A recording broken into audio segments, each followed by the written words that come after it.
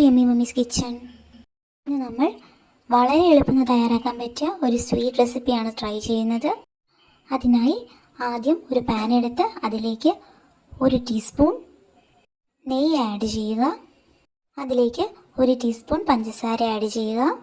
പഞ്ചസാര നമുക്കൊന്ന് ചെറുതായി കാരമലൈസ്ഡായി കിട്ടണം. അതിനായി അതൊന്ന് ഇളക്കി കൊടുത്ത് നമ്മളൊന്ന് അലിയിപ്പിച്ചെടുക്കുക. അതിനുശേഷം അതിലേക്ക് ചെറുതായി അരിഞ്ഞു വെച്ചിരിക്കുന്ന ഒരു ഏത്തപ്പഴം ചേർക്കുക.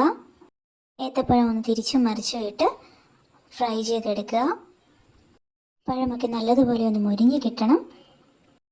സ്വീറ്റ് ക്രേവിങ്സ് ഒക്കെ വരുമ്പോൾ വളരെ എളുപ്പത്തിൽ നമുക്ക് തയ്യാറാക്കി എടുക്കാൻ പറ്റിയ ഒരു സ്വീറ്റാണ്. കൂടാതെ ഹെൽത്തിയുമാണ്. പഴം നല്ലതുപോലെ മുരിഞ്ഞ് കിട്ടാൻ പ്രത്യേകം ശ്രദ്ധിക്കുക. അതിനാണ് കൂടുതൽ ടേസ്റ്റ് കിട്ടുന്നത്. എല്ലാവരും ഒന്ന് ട്രൈ ചെയ്ത് നോക്കണം. ട്രൈ ചെയ്ത് നോക്കി അഭിപ്രായങ്ങൾ കമൻറ്റിലൂടെ അറിയിക്കുക.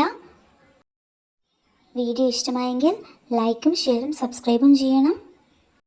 Thank you for watching.